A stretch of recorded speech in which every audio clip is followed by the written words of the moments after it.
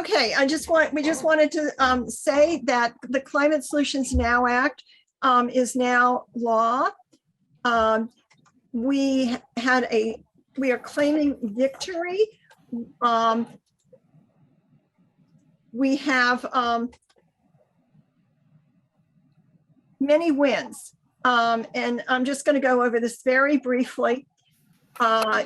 We have one of the strongest greenhouse gas targets in the country, the first statewide building energy performance standard, improved process planning for electrical grid, which Al will discuss, and planning for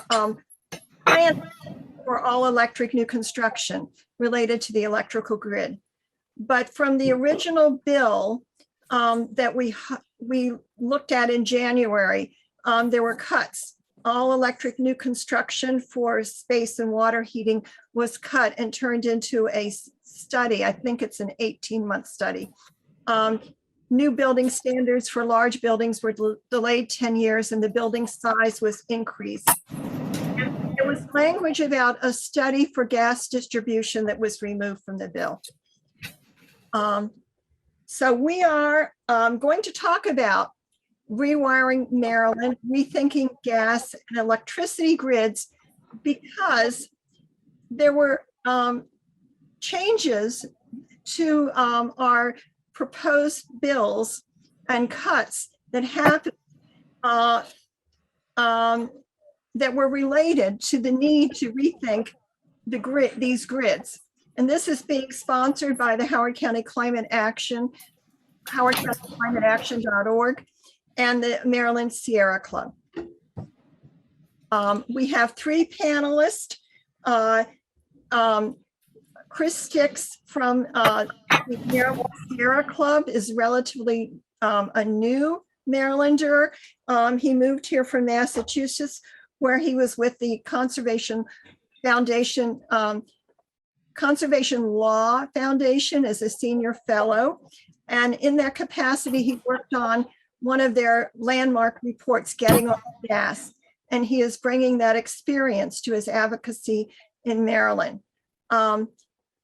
Chris Pantano is a resident of Howard County and head of research at Rewiring America.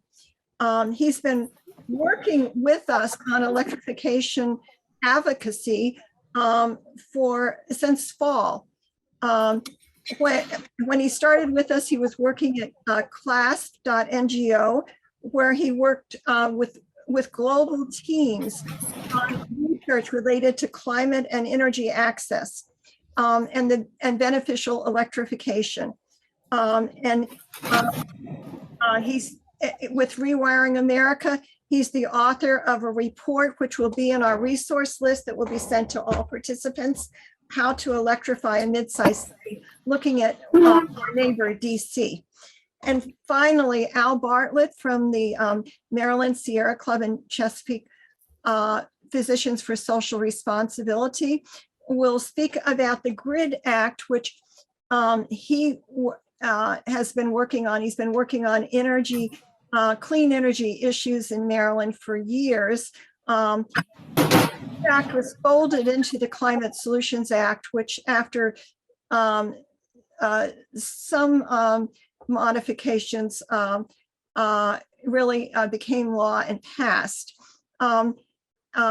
His work on as an energy advocate follows an impressive career as a pediatrician, epidemiologist, and retired U.S. Public Health Service officer. So I am going to change over to a 1 or 2 minute presentation from Chris Sticks. Then we'll go into Stephen's. Pardon. If you have questions, if you could put them in the chat, we'll get them at the end of the presentation. And Bill, I'll check in with you guys. I'm not sure everybody there has, since you're in person, we'll see if there's questions from you guys. Okay. Good. All right. I'm just going to give a very brief introduction on why building electrification is important. I suspect most of you know this, but for those of you who don't, both the Intergovernmental Panel on Climate Change and their methane pledge and the Climate Commission Maryland Climate Commission have noted that reducing frack gas along with oil and propane are critical to achieving our goals. In addition to frack gas, this also applies to propane and oil heat. Burning of fuels in Maryland accounted for 13% of greenhouse gases. And I'm going to focus from here on frack gas, which provides heating for about half of the homes in Maryland. And at one stage, gas was set out as a bridge solution, but what they missed is that leaked methane is a very powerful greenhouse gas, 86 times as powerful as carbon dioxide over a 20-year period. And so frack gas actually can be worse than burning coal when you count the leaks. And you can't solve this leak problem solely by repairing or replacing distribution pipes, because a significant portion of the leaks happen inside the home. Sometimes, for example, on your on your cooking burners, even when they're off, they're leaking in many homes, and that creates a significant health risk inside the building. So now I'm going to pass it to Steve, who's going to talk about how we electrify buildings. Thank you, Chris. Give me a second here. Everyone see my Rewiring America screen here? Yes. Yes. All right. So hi, everybody. I'm Steve Pantano, head of research at Rewiring America and a resident here in Howard County. Rewiring is a national organization dedicated to electrifying everything in homes, businesses, basically the whole built environment in the United States for climate, for health, and for economic benefits. So I'll tell you a little bit about the case for electrifying everything. So why is this a big issue, and why is this something we should all care about? It's because households connect to climate emissions in almost every sector of the economy. So about 42% of total climate emissions in the country emanate from decisions made around the kitchen table. This is decisions about which car we buy, what sort of system we use to heat our home, where our electricity comes from, solar, grid, etc., and how our fuels are made. So the household, with that big 42% of contribution to total emissions, has to be the center of our climate policy. And you can see here that looking at the difference between, this is an indicative chart, but looking at the difference between a 1.5 degrees of warming or 2 degrees of global warming, products like our furnace, water heater, stovetops, clothes dryers, our roofs, whether or not they have solar power systems, our cars and trucks, and our breaker boxes all can contribute over the course of the next 30 years or so into a much better outcome than we would have if we do not electrify. So if you tally up all the equipment in all the homes in the US, we're talking about 98 million space heating devices, 117 million water heaters, 95 million ranges, ovens, and cooktops, 19 million clothes dryers, and 220 million household vehicles that burn fossil fuel. And if you actually do electrify all of these things, as many of you probably know, that means we need new household infrastructure. So if anyone's bought an electric vehicle recently and tried to install a charger, they may have had to upgrade their electrical panel. If you've put solar on your house, you also need new electrical infrastructure in your home. So if you tally up these devices, it's another 55 million rooftop solar installations, 30 million household batteries, 100 million upgraded breaker boxes, and 220 million vehicle chargers. So that's another 405 million enabling machines. Looking across the entire country, that means we need to electrify about 1 billion machines over the next 25 years. That doesn't even include things like lawn and garden equipment, which, if you tally those up, come somewhere near another billion. So all in all, just at the household level, we're talking about converting 500,000 homes every month for the next 25 years to convert all of these products to electric. Now, you might say, well, the grid's moving really fast towards decarbonization. If we just provide all of our energy from clean renewable sources, that should be enough. Well, the reason that's not enough is because every one of those devices I talked about earlier burns fossil fuel within the home or within the vehicle, right? So if you look out from now to 2050 and you just do clean grid work, you can really only get down to about 200 million metric tons of emissions on an ongoing basis. There's still 200 million metric tons of CO2 emissions, which would still come from furnaces, water heaters, and vehicles in the US. So really, to get down to zero, you have to do both supply and demand at the same time. One thing this doesn't mean is sacrifice. So the nice thing about electrification is you can get all the utility of your existing products. So the same level of heat, perhaps a better degree of comfort in your home, the same amount of water heating, the same cooking experience in many cases with an induction stove versus a gas stove, and a much better and more affordable driving experience with half the energy, none of the emissions, and all of the same features and functions that you get with fossil fuels. So we're not talking about sacrifice here. We're talking about opportunity. Electrification also improves public health, reduces local air pollution, reduces energy bill volatility, and reduces energy burdens.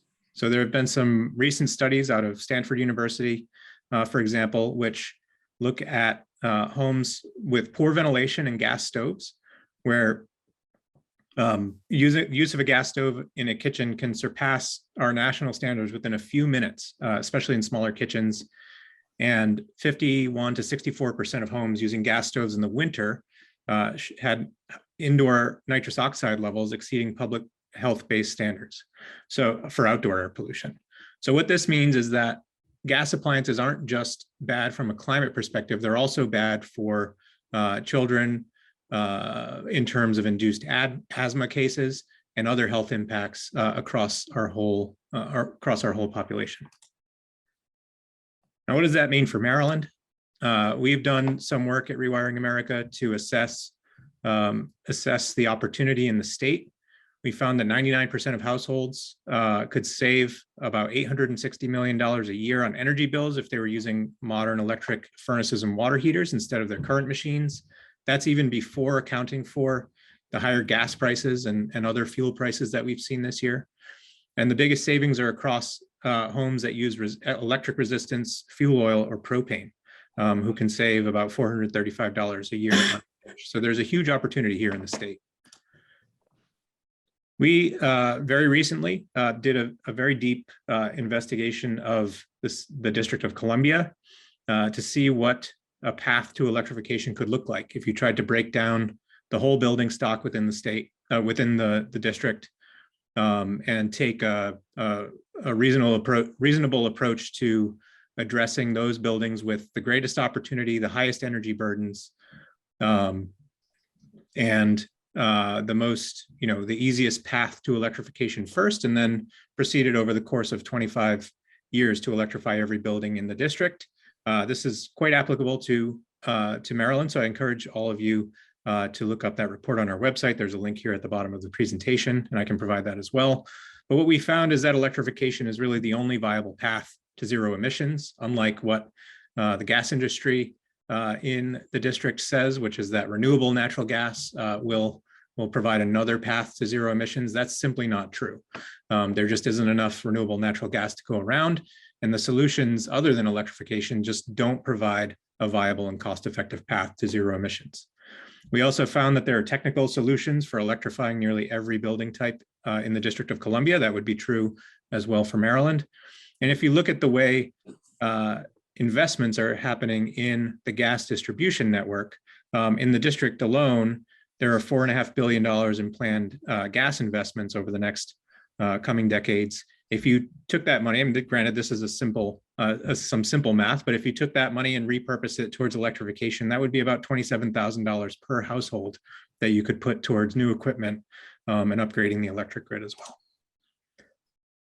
Despite this opportunity for electrification, and here in Maryland, our ratepayers continue to spend hundreds of millions of dollars per year and billions of dollars overall to bury new and obsolete gas pipes in the ground, when instead we should be directing these funds toward electrification.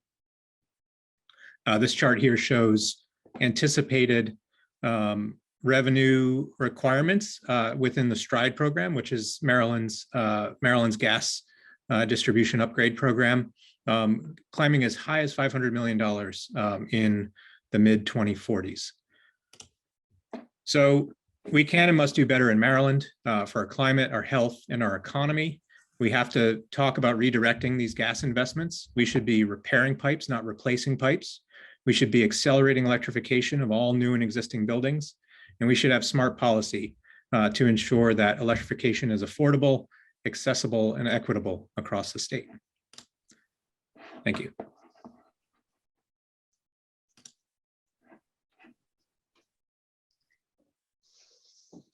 I think I'll pass. Am I going back to Al now or back to you, Ruth? I'm just going to say, as I'm opening the slides, hopefully, that Chris is going to continue to talk about options in other states and options for Maryland. Yeah, she's very. So let's move to the third slide. Oh, just a minute. Right. So on an individual household basis, transitioning to electrification can involve a significant capital expenditure. If it's done when the heating equipment in the home is reaching its end of life, it doesn't have to be terribly expensive, but there are two groups of people in Maryland, two groups of households who face very real challenges. And there are solutions for those challenges. One of the groups is renters who typically are not in a home long enough to recover the cost of investing in electrification. And the other is for low and moderate income individuals. So I'm going to talk briefly about that and then about how to phase electrification as it occurs. First of all, as I said, renters don't stay in their units long enough to recover the capital investments. And because the renter pays the utilities in most cases, owners are reluctant to make those investments. But 33% of households in Maryland are rental households. So how do we solve the problem for rentals? There are at least two options. There are a couple of states now that have put in place on-bill financing where the cost of replacing heating and other appliances in the home is recovered on the utility bill and typically saving because the heat pumps and the electric equipment are more efficient. They, even with the cost of the equipment upgrade spread over time, it lowers the total bill. So the utility, in that circumstance, the utility installs the equipment and the customer pays it on the utility bill. And as the rental rolls over to a new resident, they continue to pay for it. An alternative, another alternative that could occur but requires some legislative change is for the utility to the gas utility to become a heat and cooling service provider to install the equipment and bill for the services provided, either of which solves the issue for renters. Now let me turn to low and moderate income homes on the next slide. One sec. Sorry. So the Maryland Commission on Climate Change called for all low-income homes to be electrified by 2030. If we don't electrify low-income homes first, low-income households will be stuck with very high gas bills paying for the infrastructure as others migrate off of the natural gas, off of the frack gas system. And there actually, it turns out, are probably sufficient resources to make this happen. If you look at the Empower program, energy efficiency program, right now it's devoting a budget of about $150 million a year to energy efficiency in Maryland. Most of that goes towards handing out efficient light bulbs, and to the paperwork that you get in the mail that shows how your residence consumes gas and electric relative to other residences. If we reallocate that to electrification over a period of a decade, we could electrify most of the low-income houses, and there are other programs. So that's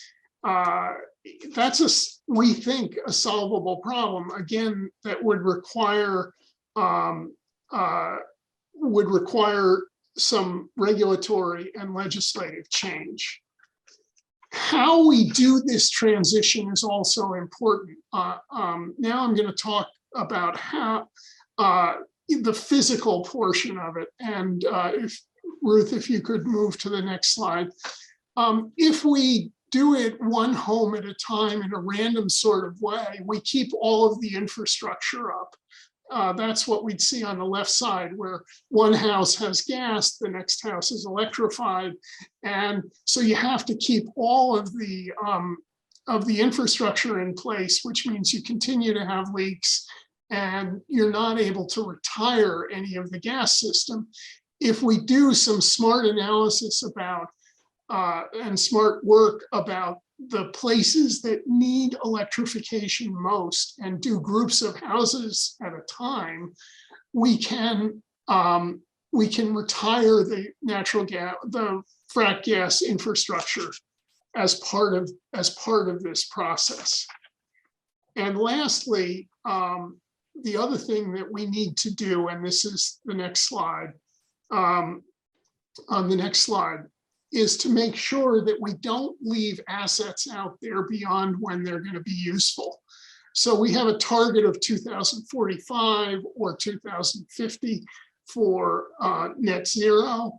We need to make sure that there aren't stranded assets left, and that can be done by accelerating the depreciation of the distribution companies' infrastructure. It turns out that it costs a surprisingly small amount, because as you accelerate the depreciation of those assets, you're providing less return on capital to the utility, and you're paying less real estate taxes. Again, this would require legislative or public service commission changes. And that's the end of my section of this. And I want to thank you for listening. So I'll pass it back to Ruth.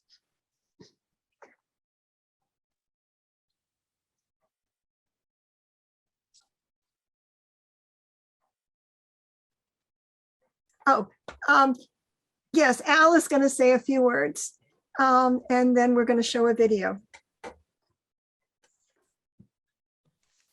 Yeah, thanks, Ruth. And this might be a little bit of a technical challenge, but so I'm going to speak about the grid, the big supply side of the whole equation, because if electrification is the key to our greenhouse gas reduction, both carbon dioxide and methane, as Stephen and Chris have pointed out, excuse me, then modernizing the electricity grid is actually key to being able to do that electrification, because the grid will determine how much solar and storage we can build, where we can build it, our ability to electrify buildings and transportation, being able to use smart grid technologies to balance demand, lower cost, and increase reliability. And our present grid just is not designed to do those things.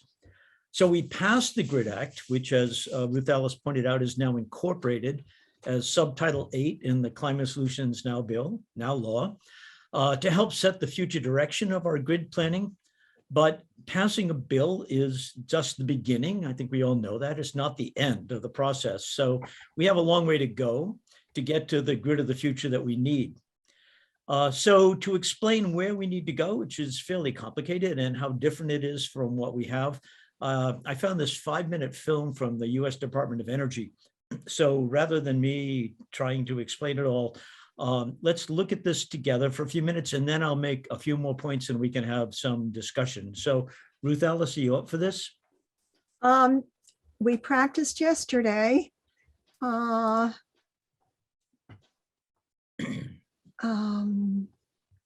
Share. More than 100 years ago, when electricity needs were simple. Excuse me, do you see this? Yes. Yes.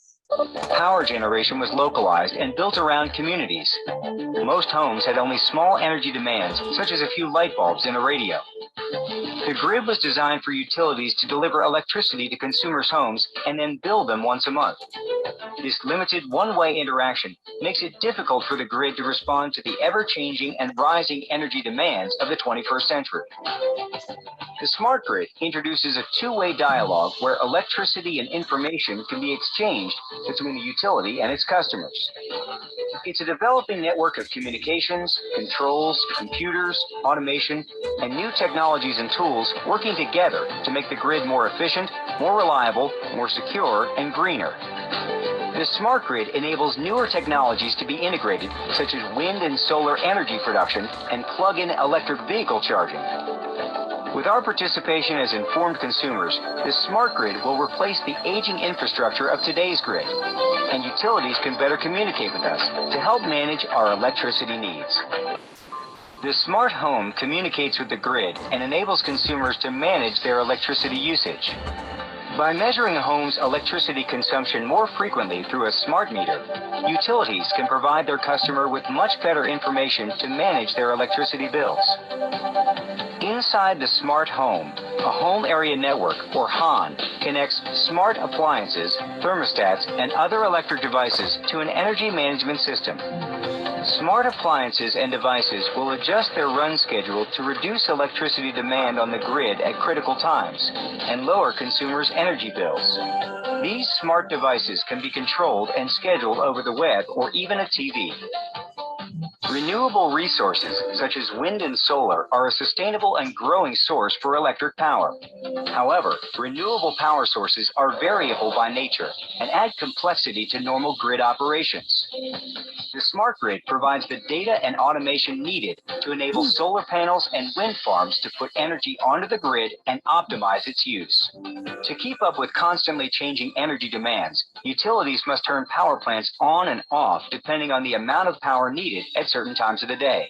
The cost to deliver power depends on the time of day it is used. Electricity is more costly to deliver at peak times because additional, often less efficient power plants must be run to meet the higher demand. The smart grid will enable utilities to manage and moderate electricity usage with the cooperation of their customers, especially during peak demand times. As a result, utilities will be able to reduce their operating costs. By deferring electricity usage away from peak hours and having appliances and devices run at other times, electricity production is more evenly distributed throughout the day. The power being used right now was generated less than a second ago many miles away. At each instance, the amount of electricity generated must equal the consumption across the entire grid. Smart grid technologies provide detailed information that enables grid operators to see and manage electricity consumption in real time. This greater insight and control reduces outages and lowers the need for peak power. In control rooms across the grid, engineers will be able to more precisely and predictably manage electricity production, reducing the need to fire up costly secondary power plants. The distribution system routes power from the utility to residential and commercial customers through power lines, switches, and transformers. Utilities typically rely on complex power distribution schemes and manual switching to keep power flowing to their customers. Any break in this system caused by storms, bad weather, or sudden changes in electricity demand can lead to outages. The smart grid's distribution intelligence counters these energy fluctuations and outages by automatically identifying problems, then rerouting and restoring power delivery. Utilities can further use distribution intelligence to predict and manage electricity usage with the cooperation of their customers, leading to lower production costs. The charging of a plug-in electric vehicle can be managed over a home area network, or HON. The HON can balance the demand for electricity across the household and prioritize between the electric vehicle and other appliances to manage electricity usage and reduce costs. With smart grid technologies and consumer participation, utilities can more easily handle the increased demand for power to run the electric vehicles and ensure charging needs are met. By adding more plug-in electric vehicles to the grid, we have the potential to reduce fuel costs, lower our dependency on foreign oil, and help reduce greenhouse gas emissions.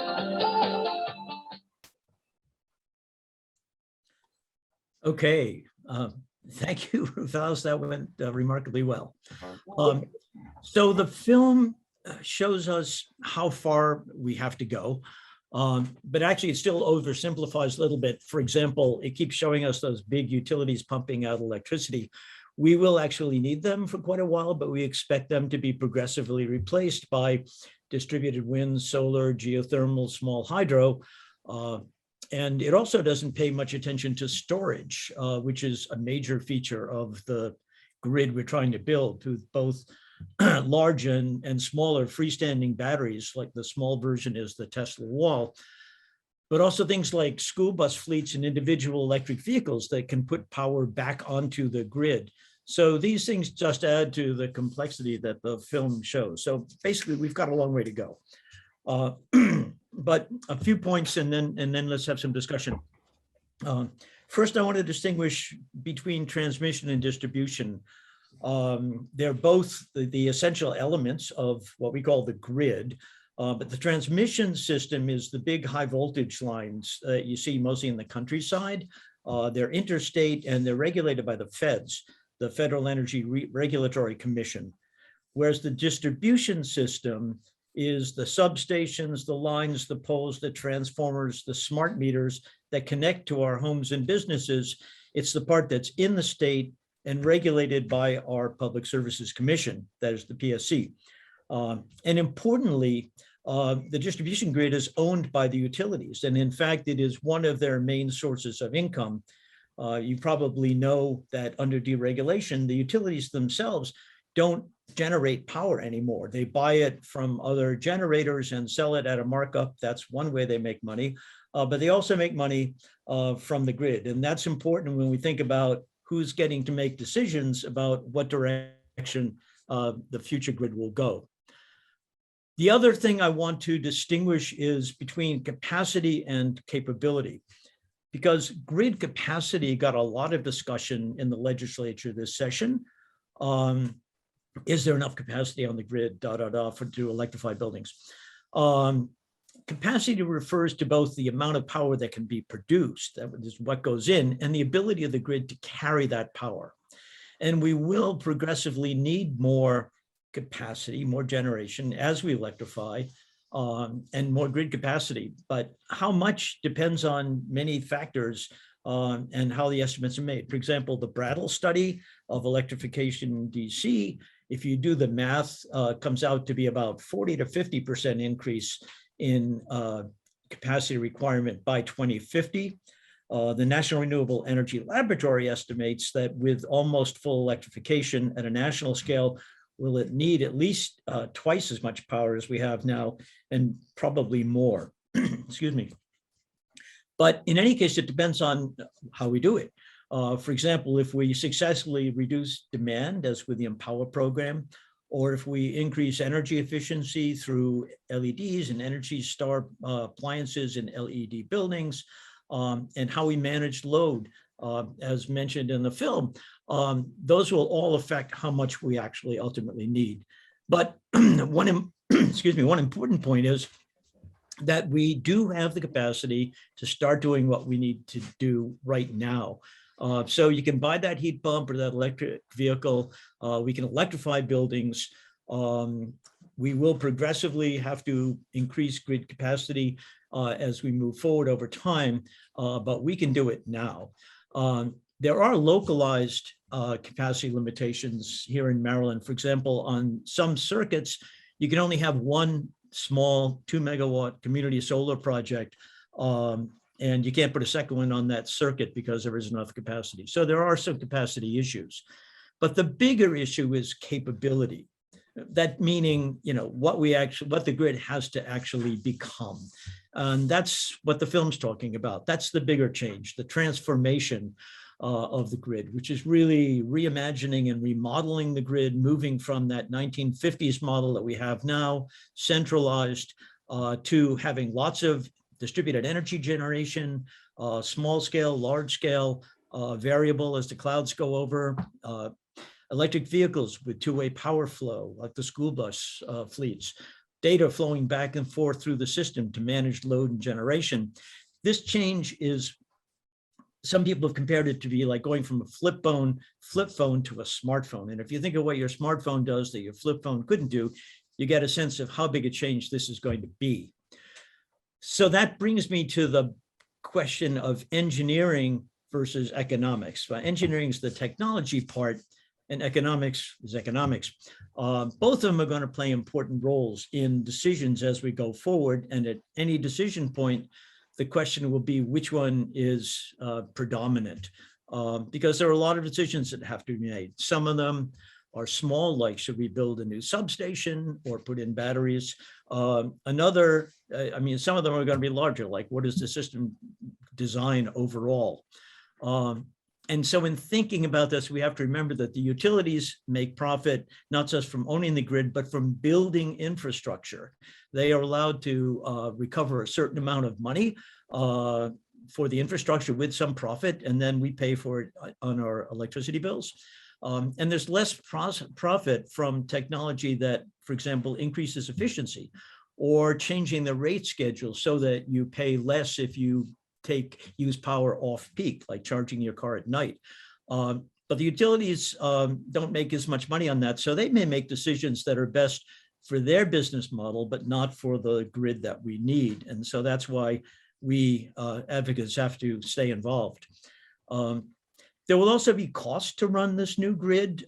It will probably be, like smartphones, more costly, but there are important savings on energy cost and also on reduction of greenhouse gases. But it's important that most of the cost is this transformation cost, the things we have to build, the capital cost up front. So one small example is building a solar project. The most of the cost of that is building the project itself. It costs a little bit to run it after that, and it pays itself back at the same time. But that's what we're going to be doing on a large scale. And that makes the federal infrastructure dollars that are on the table hugely important, because this is when we need it. The infrastructure federal bill has $20 billion for smart grid development, efficiency, and renewable energy, and another $10 billion for transmission and resilience. That's the big upstream wires and system. And so we have to push to get that. And the Grid Act actually pushes the Public Service Commission and the utilities to getting as much of that federal money as possible and using it most effectively. But again, we need to stay involved. And let me just finish with one quick point about equity. We tried to build equity into the thinking about the grid, but it's a difficult concept for Public Service Commission. It's not their wheelhouse, they think. But there are important ways that we can think about the grid that do focus on equity. One example would be electric vehicle charging in minority neighborhoods. There was a Washington Post article recently that said that's basically not happening, but if we want everyone to be able to participate in transitioning to electric vehicles, then we have to make sure that electric vehicle charging is developed in minority neighborhoods where it needs to be. So let me end with that, and I will we move on, have some discussion, and happy to take any questions, which I probably won't be able to answer, but let's do it anyway.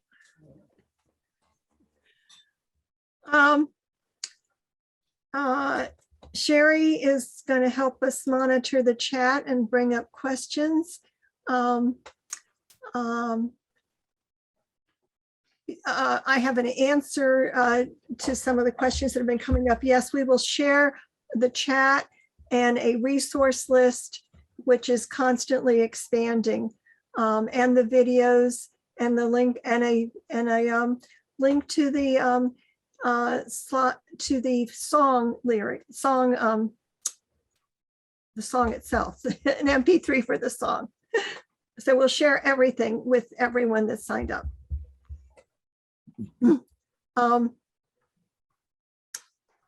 Okay, Sarah has her hand up.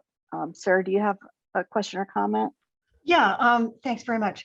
First, I want to say I am so excited about all of the good ideas out there, a lot of which are being put out on Rewiring America. And I'm a huge convert. I don't know what's going on with the light in my camera. Sorry about that. I'm a huge convert to Saul Griffith's book. I've read that thing all the way through, and the ideas in there are so refreshing, so well stated. So, Steve, thank you for presenting a lot of that information from Rewiring America. One thing I want to ask about the utilities is they're making their money now by transmitting the energy, and clearly there needs to be a different business plan for them so they can make their money some other way. But can't they be sort of plugged in, so to speak, to manage all of this smart monitoring of homes and cars and where the demand is and where the supply is and sending the power? Isn't that going to be the job of the utility? And it seems to me that, you know, we should carve out a way to pay for that, because that's going to be super important, and that would improve the bottom line of the utilities, and they wouldn't have to just construct whatever it is they construct, power lines or whatever. So does anybody have an answer to that? Are the utilities ready to pick up the ball on monitoring all that smart flow of energy and, you know, pulling energy from my electric vehicle battery and sending it over to Ruth Ellis's house or whatever?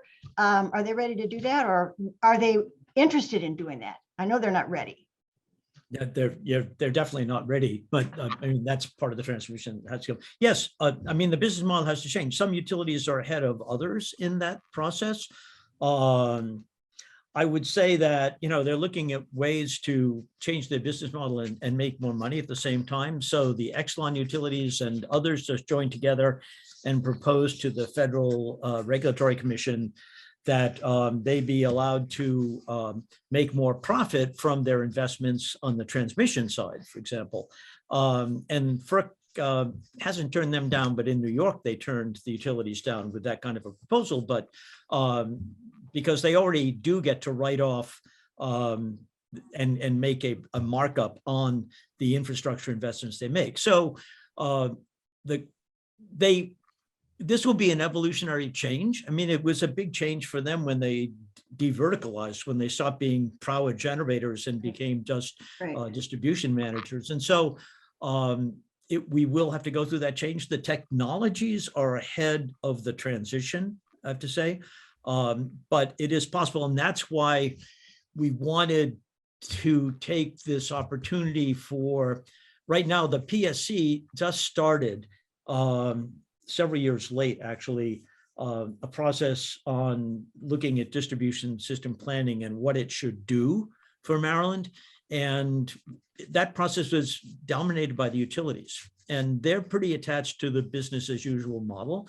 And so that's why we wrote the GRID Act, essentially, was to put some some parameters out there and some requirements for what that process has to do to move us towards the grid that we need. And the federal money helps a lot. So it is going to take a lot of work. It's going to take a lot of resource, and passing a bill is not going to make it happen on its own. But it is possible, and I think it's going to happen.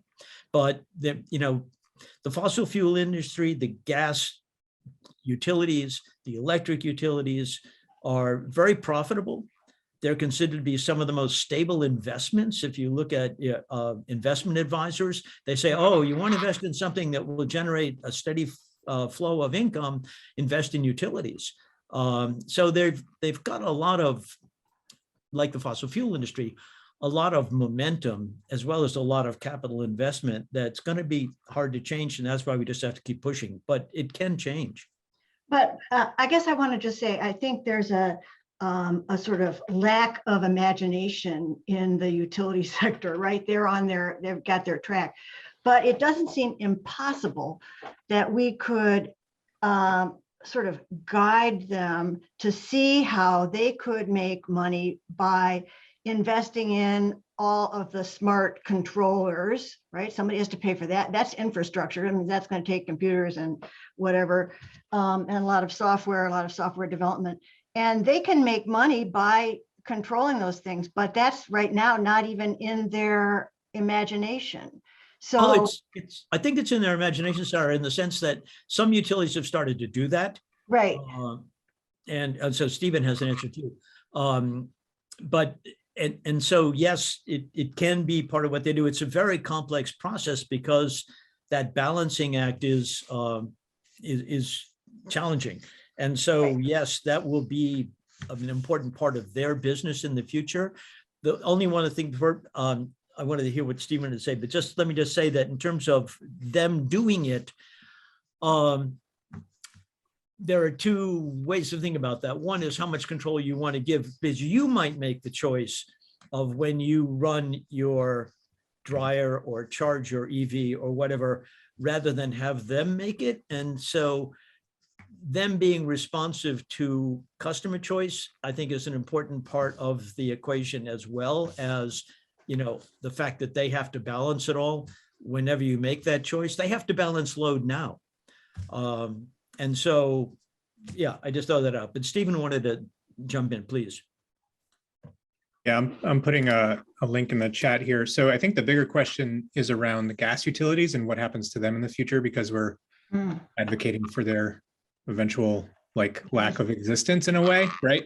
And there are new models being tried out. I put the example I put in as a Vermont gas utility that's now selling heat pumps and owning the customer and equipment as a piece of infrastructure that they can then put on into their rate case, right? So there are lots of ideas out there for transforming the gas utility business model to provide heat as a service, to own and operate heating equipment within homes that's electric, that then they can consider that infrastructure just like their gas pipes, and also be incentivized to provide better service to that equipment to keep it running well.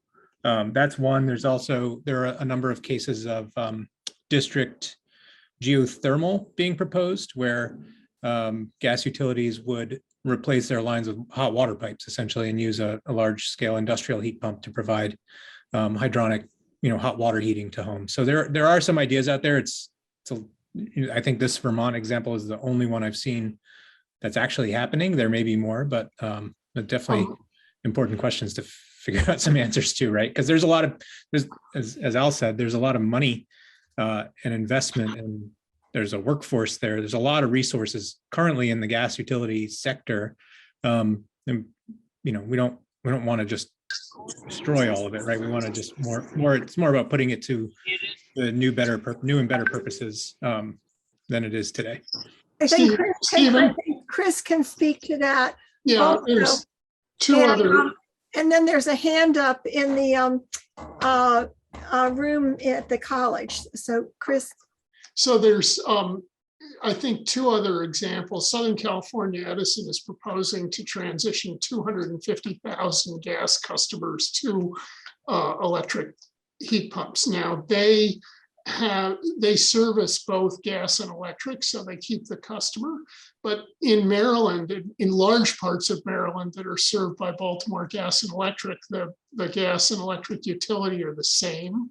So it could be beneficial for Baltimore Gas and Electric to transition its gas customers to electrify its gas customers and either supply heat as a service or earn a regulated rate of return on installing heat pumps. Thanks, Chris. Bill Mahoney, do you guys have a question Yeah, we have a from question. the here. in-person folks? Let's go ahead, sir. Yeah, I'm a little confused about, so the goal here is to not have a public monopoly anymore. We're going to go to like a privatized electric source.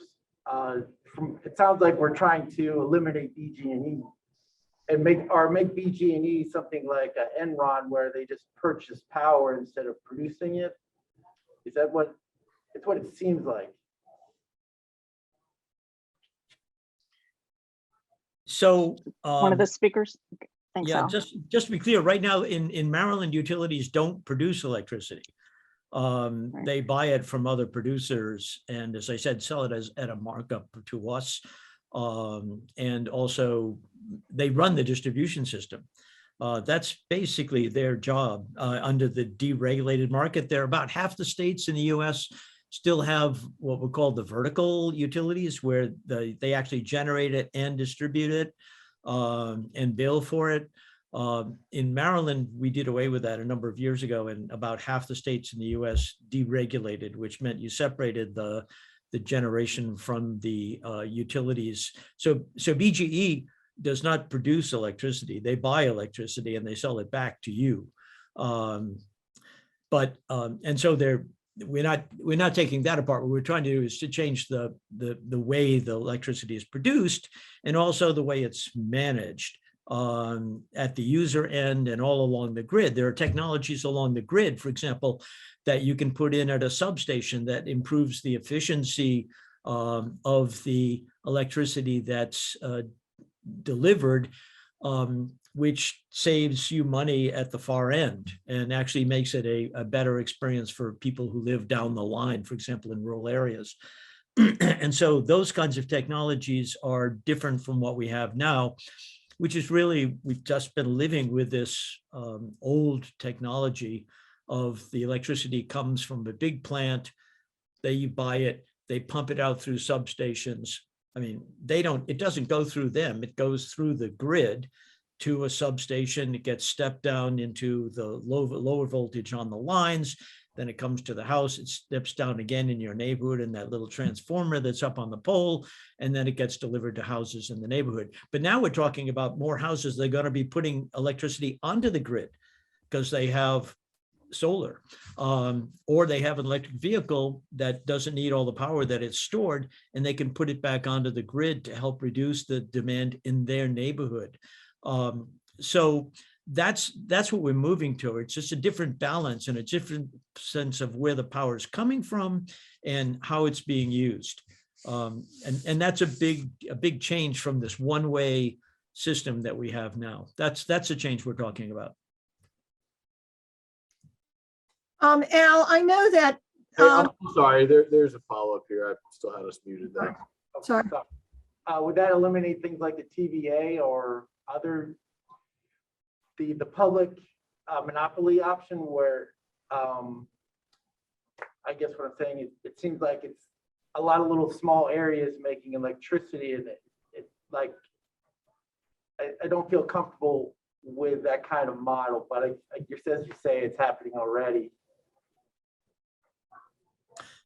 Well, for example, like the state, one of the things I've been spending a lot of time on is the community solar program, which are small solar projects by solar scale. I mean, they're only 2 megawatts. Out west, they build 100 megawatts and more. And we have a few bigger plants in Maryland, but these are ways for people that can't have solar on their roof to get locally generated solar, which is low cost and clean. And it gets put onto the grid. So the grid has to be able to handle that. That's a new wrinkle. Solar power, wind power, the wind towers out in Frostburg that they didn't want, but they got anyway. Those things, those are the sources of generation plus the ones on your roof. If you have solar on your roof. So that's where we're moving. And the question is, can we build a system that actually makes that all make sense and not just be something here and something there, but actually part of a systemic approach to clean electricity and what Stephen and Chris were talking about, electrifying all the things that right now are using fossil fuel and causing climate change.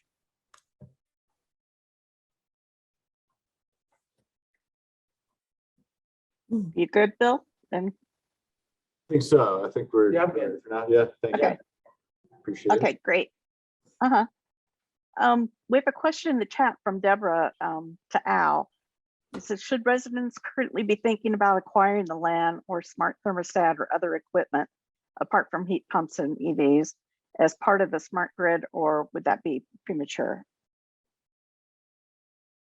I'm sorry, acquiring the land? Is that what you said? That's what it says. Yeah. Question in the chat. Deborah, do you want to clarify Yeah. maybe what you meant?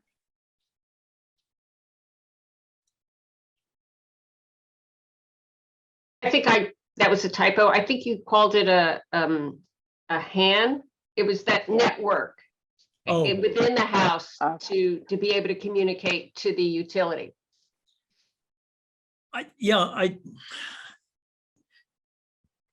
To the extent that it's possible to do that, I mean, this thing we've been hearing about, smart refrigerators and smart dryers and smart all these things. So they exist. Actually, my millennial neighbors across the street are actually pretty well on their way to having that. And they moved into an older home. I live in a neighborhood of, older homes.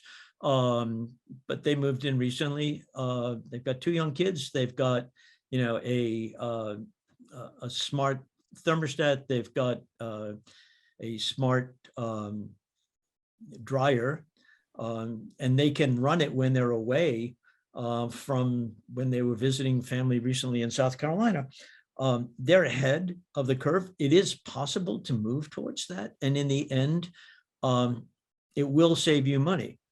There is some hope that the utilities will actually catch up with that. And there are some incentives, I believe, for some of those improvements as well, right? Even right now, just as you get for weatherizing your home, you can get some tax breaks on some of those improvements that increase your energy efficiency. Yeah, so it's certainly possible to start moving in that direction. The utilities are not as on top of it. I mean, just like the last conversation we had, they're really not yet prepared to do that on a larger scale. But if you have an electric vehicle, solar power, and some smart appliances, you're pretty much on your way to making that work.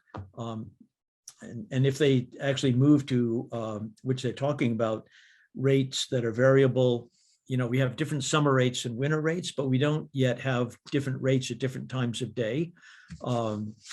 But many states actually have that, and we can move to that, and that would make your smart thing even smarter because it would save you more money. Sarah, is this a new hand or was that the old hand? It's a new hand, but I want to respond Okay. to what Al just said and also Deborah's question. I think all of the smart thermostats and smart appliances in our homes, that's just making use of, Deborah put LAN, local area network, right? That's from your router. So you are just communicating with your own devices inside your home. That is not a step toward communicating with the utility. I think, and you can correct me if I'm wrong, I think the only way we're communicating with the utilities now are like through our smart meters. They can see what we're doing. And those of us who have solar panels on the roof, we're sending, we have net metering, so we're sending power out to the grid.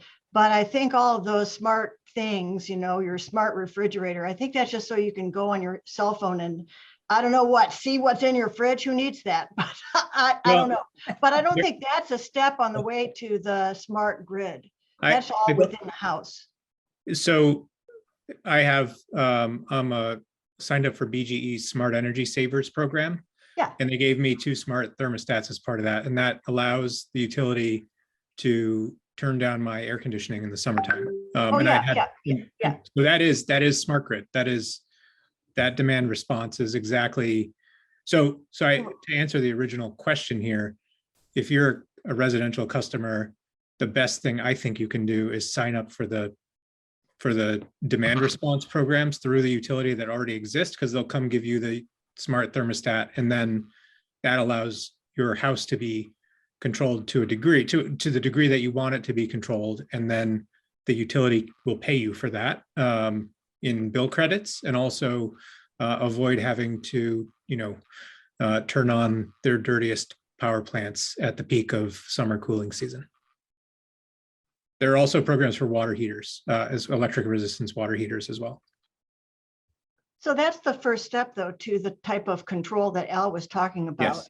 And I think actually BGE has done a very good job of allowing people to opt out a certain number of days, and you can choose whether you want your air conditioning to go off 100% or 50%. Right. So I think it's not a foreign concept to them that they would be working with, with individuals. So, sorry, I was out of turn, but. Okay. Yeah, can I just, Rick? There's another question, but go ahead. Rick, but can I just, one point, and what Stephen said about having so here we've got the utilities making decisions with some degree of control. The smart meters actually can do more than what they're doing now. So, for example, I can't remember whether it was Steve or Chris who had the slide that said they spend a lot of money on sending you the paperwork that compares you to other homes, whether you're efficient or not. But that they could do much more than that. They could tell you much more about your pattern of usage during the day and help you make decisions, even if they're not controlling those decisions. Like you can figure out ways to run your dryer at night, or if you have an EV, charge your choosing when to charge, and that would be particularly be useful if they then had rates that were favorable for charging at certain times rather than other times, so that their peak demand wasn't as high. That's what we're trying to go to.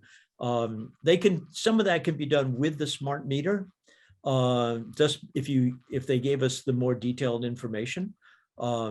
But again, the ultimate process is to have more interrelationships between them, where you have a voice in the programming and they also have some level of degree of control that you give them.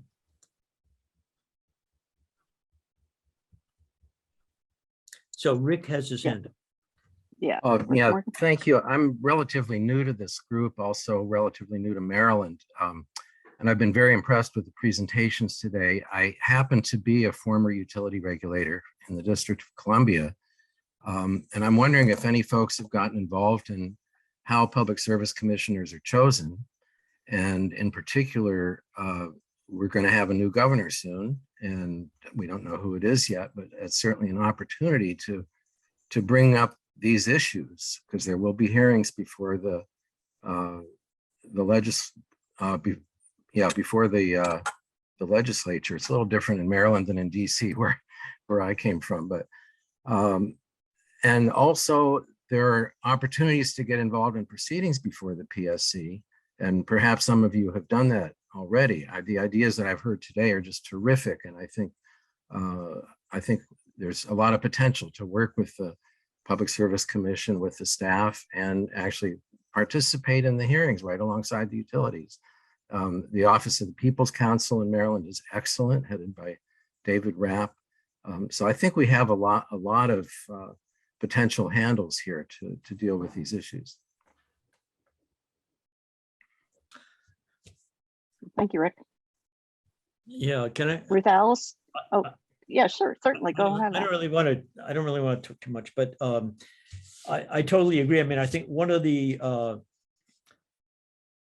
when I said in my presentation that passing a bill is the beginning, not the end, I think that's important. And the question is, so what happens after that? And Rick, exactly the kind of engagement that you're talking about.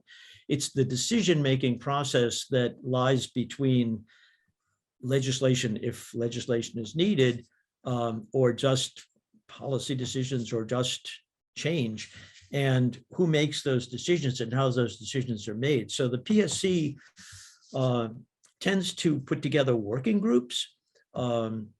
There's been a working group on community solar since 2015. I've participated in that. It had every other week phone calls for like 5 years. It's kind of burdensome.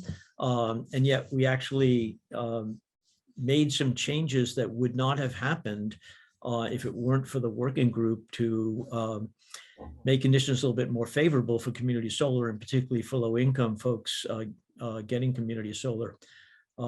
There's another working group on distribution system planning. So the Grid Act was targeted at them, but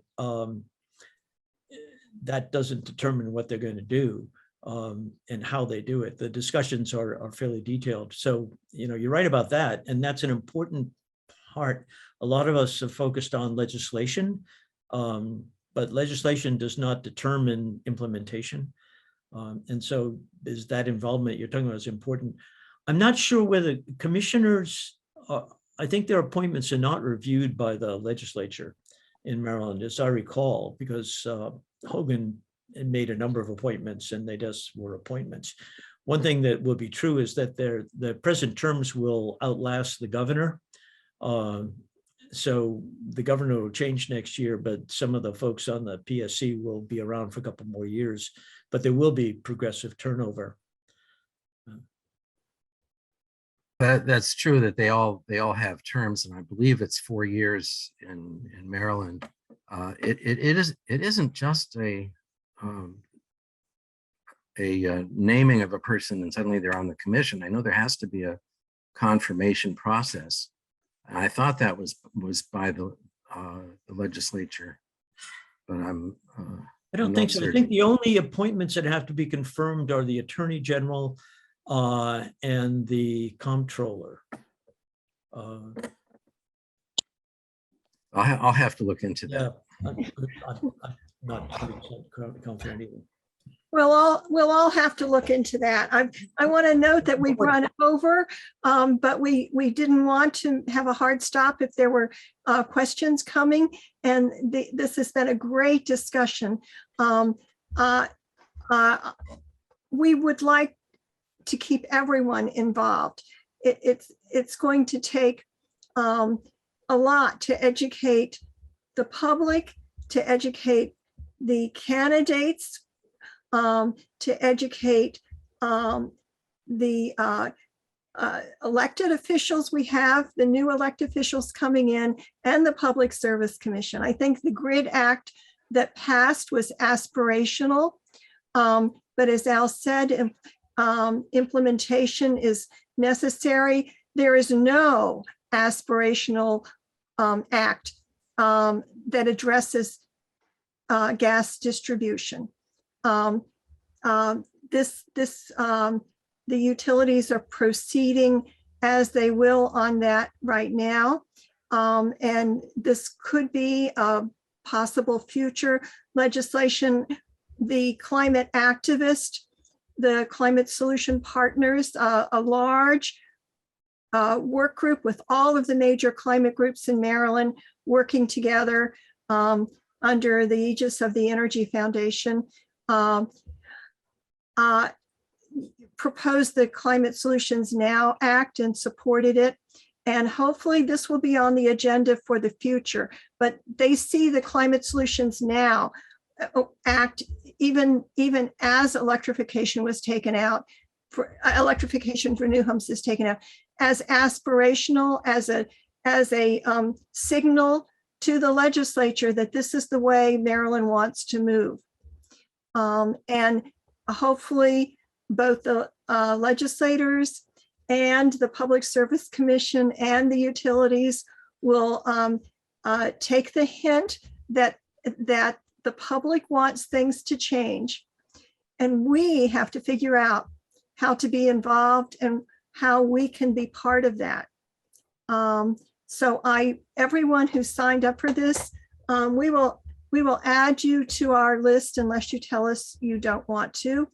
And we would like to keep people informed on what's going on. And we have to think together about how to be involved. And any comments on ways people can be involved?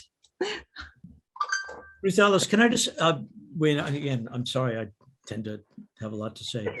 But I'm afraid maybe I pulled us off a little bit at the end because I tend to go towards the systems and the policy stuff, but I wanted to appreciate the perspective that Stephen and Chris brought to this. In fact, the fact that the decisions made at the household level and how to make those happen are so critical. And it's also very empowering because you can make individual decisions. And then the question really becomes, then how do we collectively support having those household decisions be made in a way that kind of goes where Chris was saying, where, okay, we'll do it as a neighborhood. We won't do it one at a time because then the pipes still have to be there. That kind of perspective is extremely innovative, I think, because we all do tend to focus, particularly because we're doing legislation stuff. We tend to focus on policy and bigger picture issues, but this is a really nitty-gritty part of it that we can all participate in. And then we can find ways to support that participation. So I just wanted to appreciate that. Thanks, Al. Thanks, Yeah, Al. I mean, I'll drop my email into the chat here too, if anyone's interested in learning more. We've got some big plans at Rewiring, and hopefully can get everybody involved in this much more than the folks on this call today, and getting to a much larger. Right. So thanks for the opportunity to present today too, Ruth Alice. Appreciate it. Thank you. Thank you all very much. The people who were here enjoyed it. We do have a hard stop on this end. I don't want to break up the show. If you guys are still going, keep going. But I'd love to have links or any way of sharing this on our website afterwards. But yeah, thank you guys so much. And I hope we get to these end goals sooner than later, and look forward to sharing this information with more people. Thanks, Bill. Bill Mahoney works for the county. Yeah, sorry, Office of Community Sustainability and Howard County. Just literally everything at Greenfest right now. So I got to run on to some other things. So thank you all very much. All right. Yes, thank you. All right, Thanks. bye-bye. Did Rick have one last thing to say, or do you still have your hand up? I think we're I'm trying to figure out how to make my hand go down. okay. Sorry, no, I didn't have anything else to add. I just really enjoyed this discussion today. Thank you. Oh, we want to stay involved with you, Rick. Your expertise will be helpful in Maryland. I'll do the best I can. Okay. All right. Any last? Thanks, everybody, for coming in. Okay. Thank you. Thank you to our speakers. Thank you for everyone. And please stay involved, and we'll be in touch. We'll share all the resources with you. And as things develop, we'll keep you updated. Thanks. Thank you. Oh, stop recording. Stop recording.